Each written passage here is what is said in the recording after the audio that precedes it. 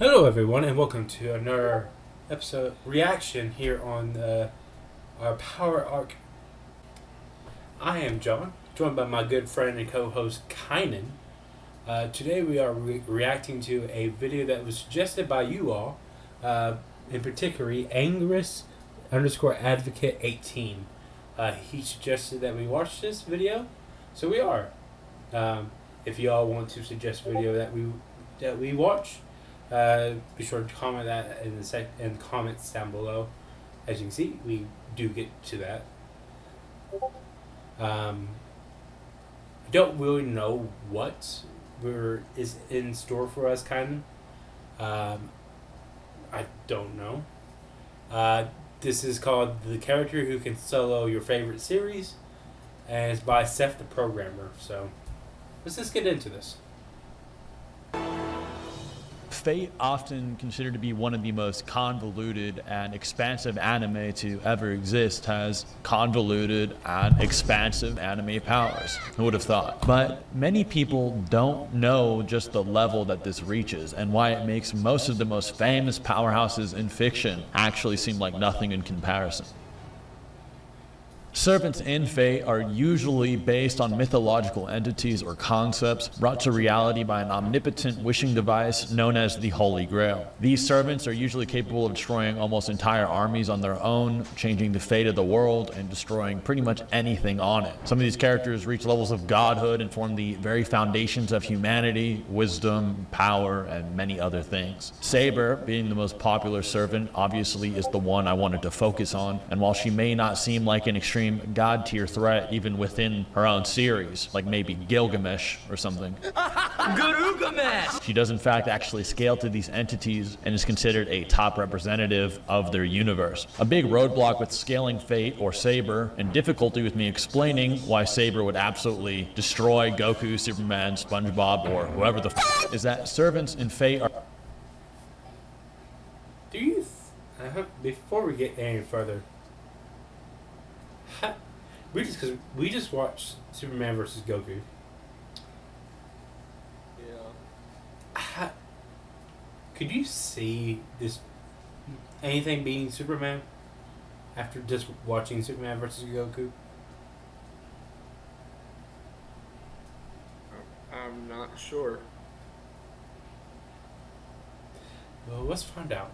Are heavily restricted in what they're actually allowed to do when they appear. Not necessarily in their power, even though that can be the case, but their effects on the environment or planet are limited to a level that you wouldn't see in a normal show. For instance, in Dragon Ball, when Vegeta wants to blow up the planet, he can, right? He has enough power to do it. Nothing's stopping him. Same goes with Frieza or Kaguya from Naruto or Superman from DC or Yuha from Bleach or literally SpongeBob SquarePants with a string. But in Fate, destroying a planet or something requires more than it would take to destroy a planet, because the planet itself is actually protected by a higher entity that restricts these omnipotently born servants from impacting its fate. And it's kind of the name of the show. This is because of a phenomena called the counterforce, which is basically the will of the earth itself that defends it. Good proof of this, outside the obvious I just showed on the screen, is that we actually see servants in other media, all media being basically canon for Fate. I'm not joking. The mobile game, every video game, every visual novel, anime, it's all canon. Being able to fight entities that can literally become larger than planets and use them as...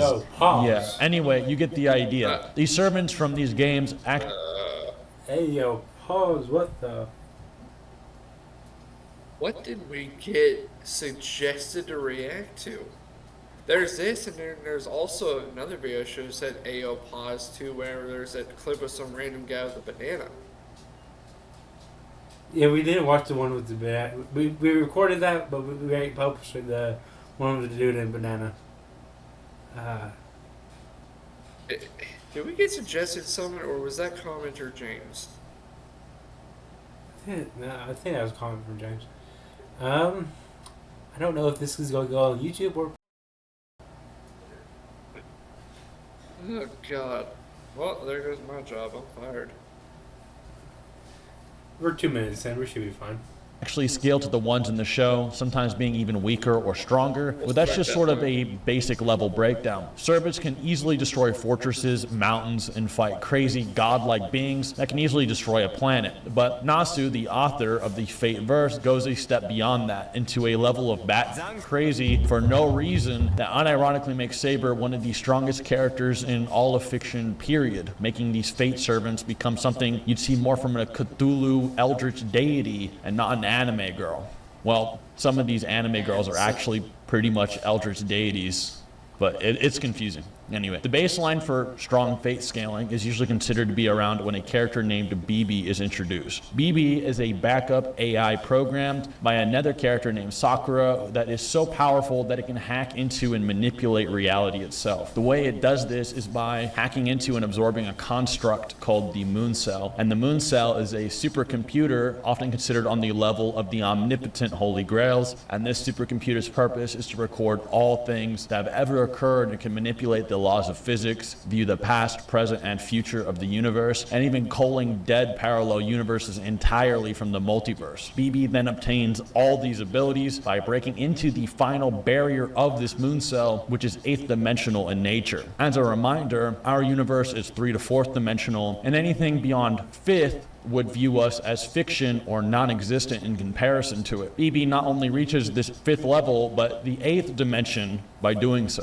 BB is then later defeated by the servants in Fate Extra, which would be Saber Nero, Caster Tamamo, Archer Emiya, and Gilgamesh. Saber Nero is pretty much just weaker Red Artoria, which is later proven in Fate Extella when Artoria is summoned into the war between Red Saber and Tamamo from the Moon Cell to stop them. Even if she isn't stronger or weaker, she's at least relative enough to face these servants that possibly halted the plans of an 8th dimensional reality warping entity. Normally, my skepticism would then kick in here, and I would say, what if this 8th dimensional construct is a barrier literally made with 8 separate dimensions acting as a wall, rather than an 8th dimensional mathematical concept or principle? However, when you read all of Fate's materials, you'll begin to see that its author and the many characters do mention actual dimensional theory quite literally many times, meaning is actually in Nasu's knowledge and ability to then write these mathematical concepts without a lot of headcanon or assumptions involved. Example, the very first mention of dimensional theory is in Fate Stay Night and Fate Zero, which I'll show on the screen now, and these two are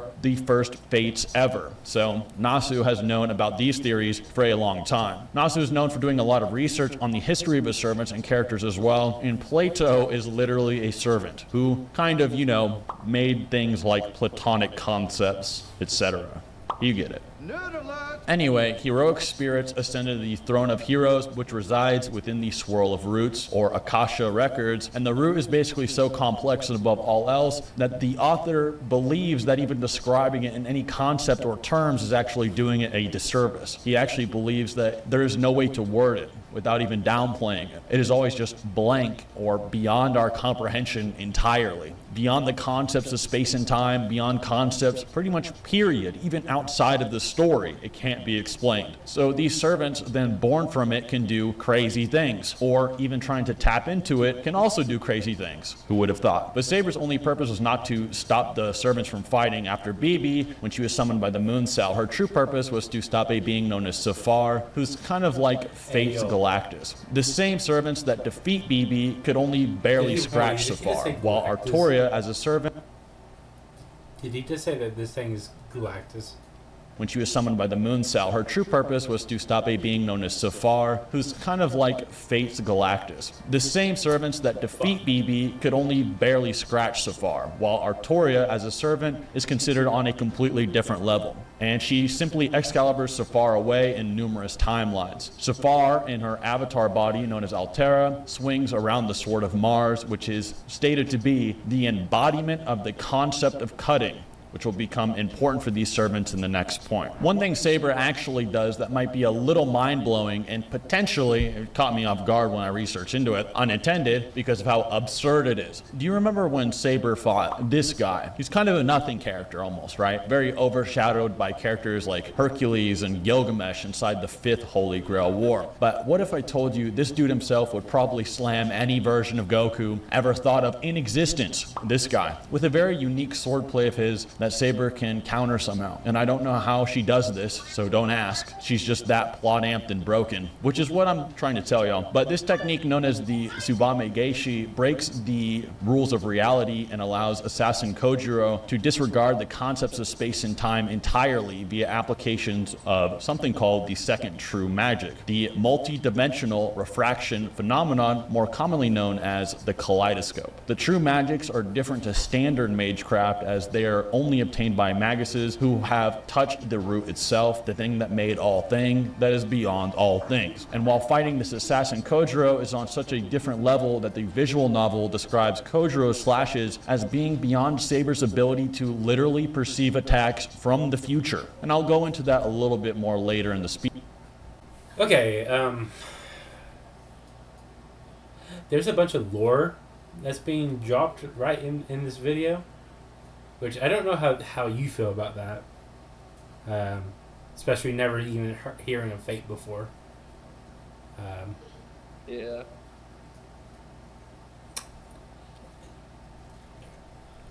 I've seen a lot of Fate, and I'm lost.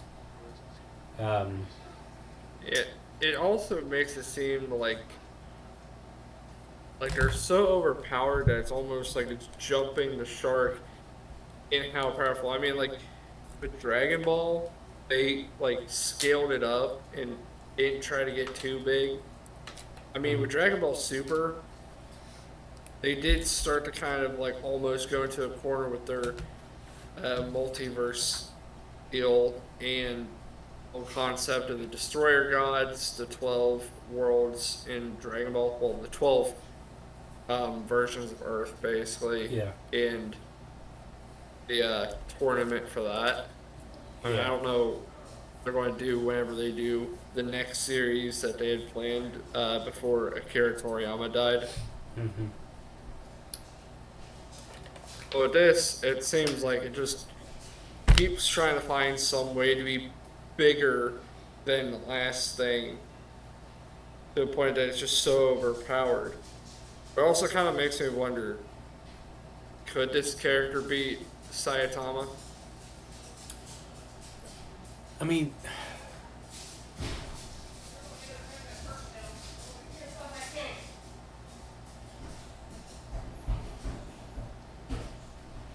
I'm going to pause for a second.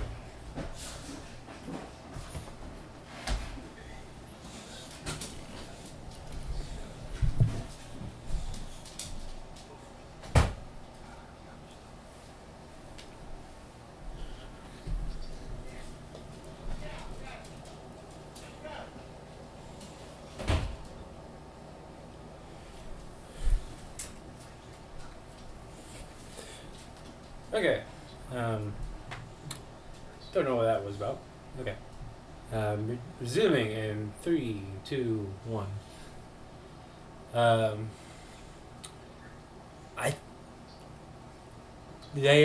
It seems that it's just getting the power creeping up and up and up. I know that the Fate series, some of the higher tier, like powerful characters, are some of the most powerful characters in all of fiction. But the series that I've seen of Fate never went into those characters. So this is new for me as well. And yeah, this guy here, the Kojiro, Sasuke Kojiro, I didn't know he was that powerful. It's just like, even like these side characters are overpowered. So, let's see what happens. Later in the speed part, but after he uses his true skill finally, which is beyond the concepts of space and time, she actually survives 3 slashes from him. He's not even trying to spare her either, and is clearly slashing her on a level that should insta-kill her, that she survives somehow. So I don't know how to explain how she survived, but take that as you will. That is a thing that happened. I think it's important to bring this up because if you were to... That's another thing.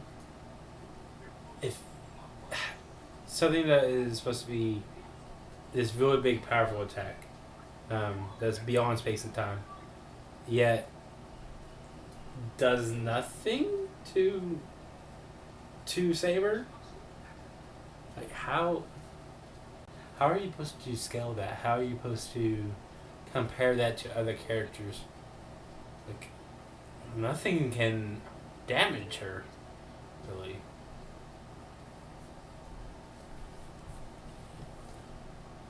To say have a Bleach character try to No. Huh? Oh, when you were saying your question, like, I don't know how to answer that. Yeah. slash at Saber, yet she can survive 3 slashes beyond the very concepts of space and time, beyond an infinitely dimensional scale, then they would literally just never be able to do anything to her ever. Now, like I said, I'm not sure how intentional it was for her body to remain intact from literal outer versal slashes, but like I said, consider the following. Saber is actually suppressed during this encounter as her sword is invisible, which nerfs her sword's power and her own as she has to focus on the technique. But later, she rematches Kojiro, and Kojiro tries to do the same 3 slashes again, which, by the way, is further confirmation that her body somehow tanked these beyond dimension slashes from cutting through her body all the way or decapitating her. But even when she activates her sword, she is able to outspeed the attack, which has already been thrown 3 times, or she is perceiving it now in the future, even though it is beyond time. But he does swing it at least once, and she outspeeds it. Remember, this slash is beyond the concept of speed entirely, meaning she just outsped the concept of speed, meaning anything bound by speed might not even be able to ever touch her. How f***ing stupid is that? And this is originally because in the visual novel, the original, Kojiro was supposed to be nerfed when he used this attack. However, in the anime that Nasu approves of, there is no indication he has the same nerf. So that was probably an oversight, but it's kind of a nasty one. Before we get into her speed, there's one last discussion with her attack power that has to be discussed before moving on, that being Artoria with Avalon and her battles against Gilgamesh's Aya. How this is... I don't know how to wrap my head around this.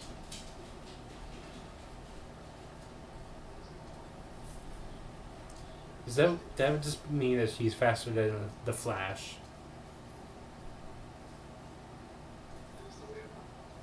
She's faster than Sonic. She's faster than any character. Basically, in a way, she's just so Broken. overpowered that at that point, literal God would have to be scared of her. No, because you even said that there was an eighth dimensional being, and they couldn't. And Saber, fucking. Oh my god. I don't. Anger's Advocate 18. What the did you get us into? Okay, let's continue.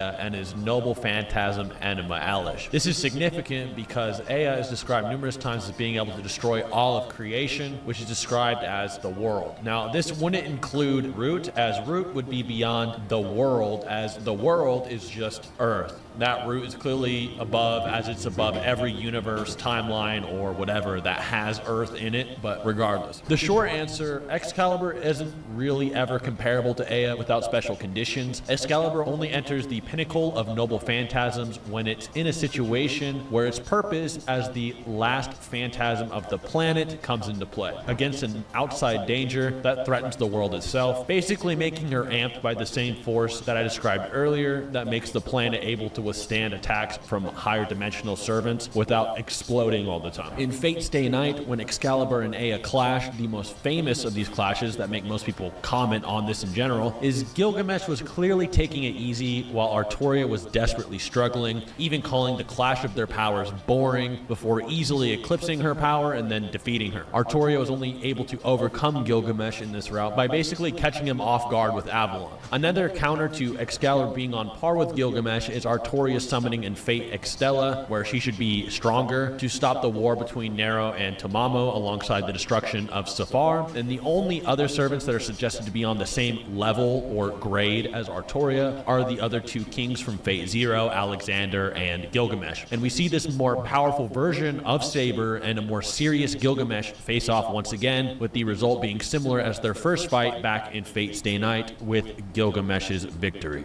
In terms of her speed, Saber is capable of facing entities such as Tamamo, as previously mentioned in Extella. This same Tamamo from Extra, who has the ability to, while weaker than the version Saber can apparently deal with, casually run backwards in time like a Looney Tunes character to train herself to beat someone she was weaker than. Tamamo basically trained for 1,000 years, and after regaining her power via growing back all 9 of her tails, she proceeds to run back in time and proceeds to just kick the moon cell and shuts it down and stops it from erasing the protagonist of the game. And even with this, Saber is considered more scary than her and is pretty much the trump card servant in Extra or Extella outside of like Gilgamesh or something. Due to this, it may be highly likely Artoria can face beings that can pretty easily just travel through time with speed, and even BB was able to manipulate the past, present, and future at the same time with her abilities, yet couldn't negate the servant she was facing. That alongside that Kojiro slash she can somewhat react to, apparently, that is beyond the concept of speed, kind of makes you wonder. Now that we've established her stats, some unique abilities she possesses are things such as the ability to erase things from existence with her attacks, including concepts themselves, even beings that represent these concepts. Best example of this is the demon pillars from Fate Grand Order, which are just literally living concepts, and every single servant can pretty much mess these things up. She also possesses Avalon, which is the sheath of her sword, which withholds a 6th dimensional realm, and she can immediately transport herself to whenever she wants. That can't be followed into without 6th dimensional or above manipulation. It also grants her insane regeneration, which can regenerate in. So she just carries a 6th dimension on her hip at all times. And she can travel in and out of the 6th dimension.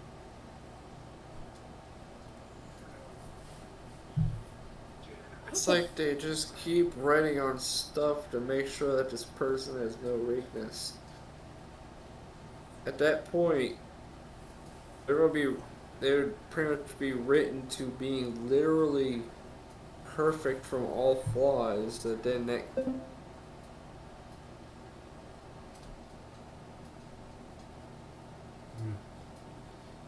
You just cut it out there at the very end of what you said.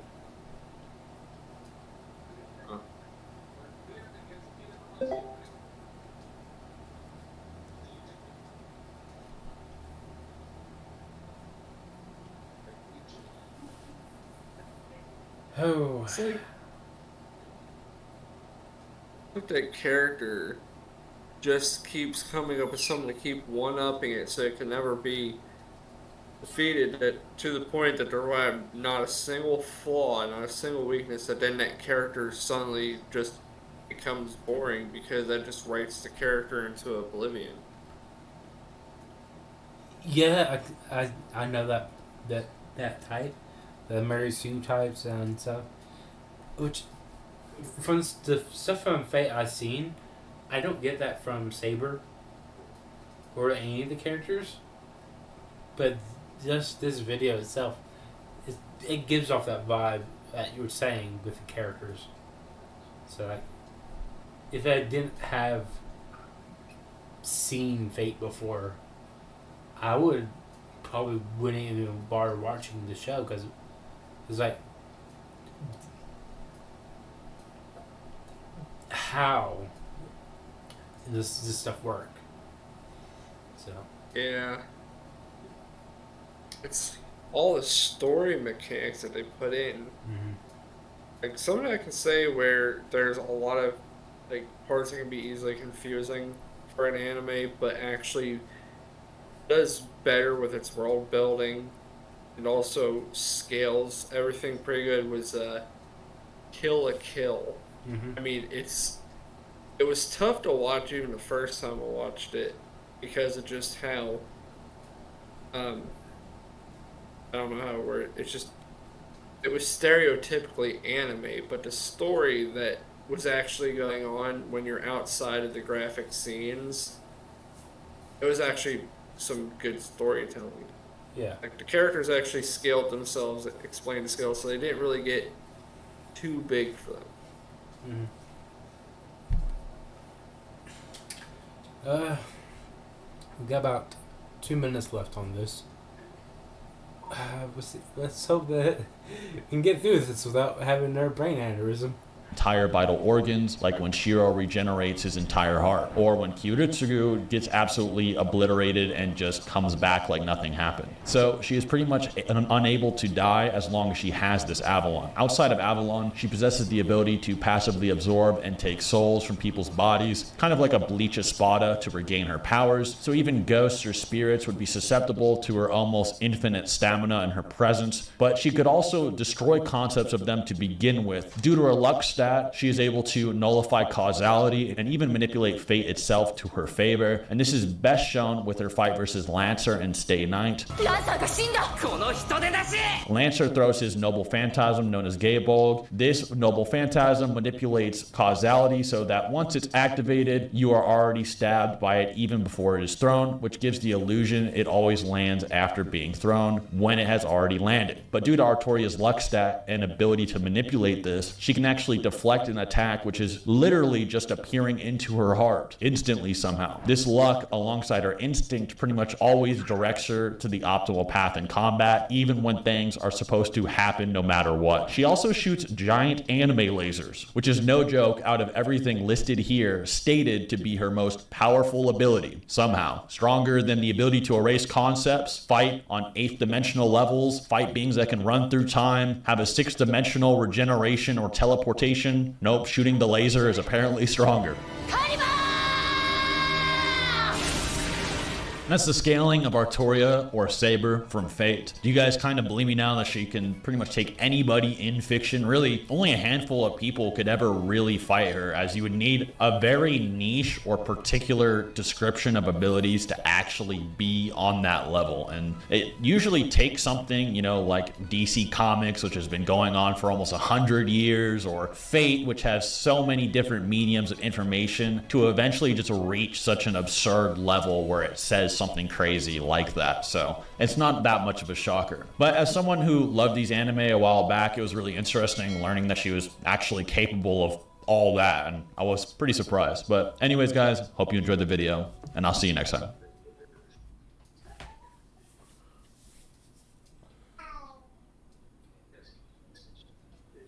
That amount of mental gymnastics would have won me a gold medal at the Olympics.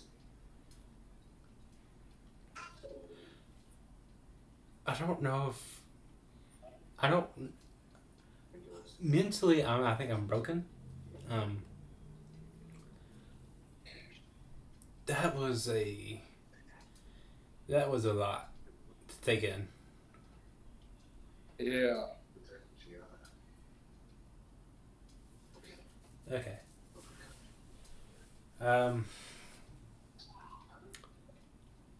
Thoughts on Saber? Yeah, I don't like it. I mean, if there's anything I can say, to me, Saber could be that example of like there's different ways to make a likable character.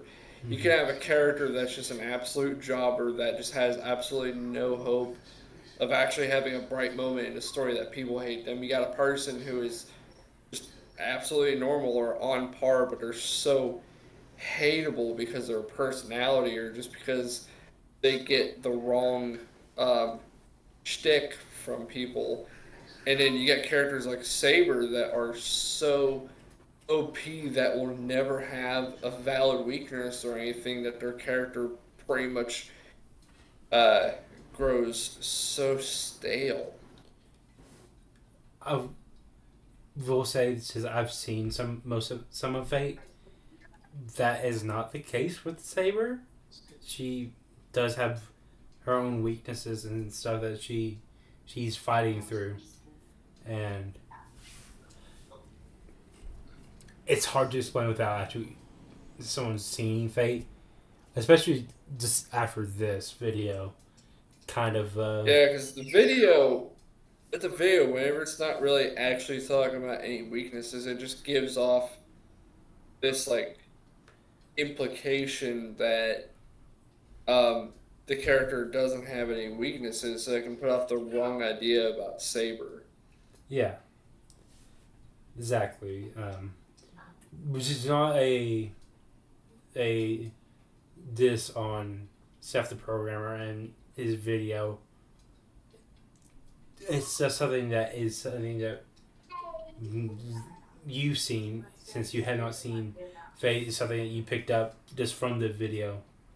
I agree. Maybe putting in some the weaknesses of Saber would have been very helpful in making it that not the focus of the video, to make Saber not seem like just an overpowered problem with character. Oh, I think I need to mentally recover from this video. Yeah, it just makes you wonder, could anyone beat that? Like you said at the end, there's very few characters in fiction could. So. I mean, I don't even think Gore the God Butcher could even take on Saber. I don't think so. I'm talking about comic books Gore, not Yeah. MCU. not the MCU Gore. I mean, I really got disappointed because I know Christian Bale could be a great actor, but Taika Waititi nearly ruined the Thor movies. Yeah. Before we go on to It's a like- side tantrum about the state of Marvel, I've been John. This has been Kynan. This is a great video for why you should give us recommendations and we'll watch it.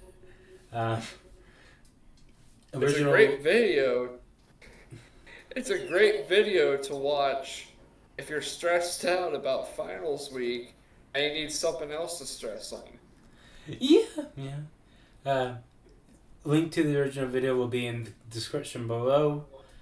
You can also find our links to our Discord, our Twitch, and our website, the Nerd Redux. Comment down below what you would like to see us react to. Hopefully we don't have a mental breakdown like we did today. Be sure to give this video a like, comment, and subscribe. Yeah, kind of any final words?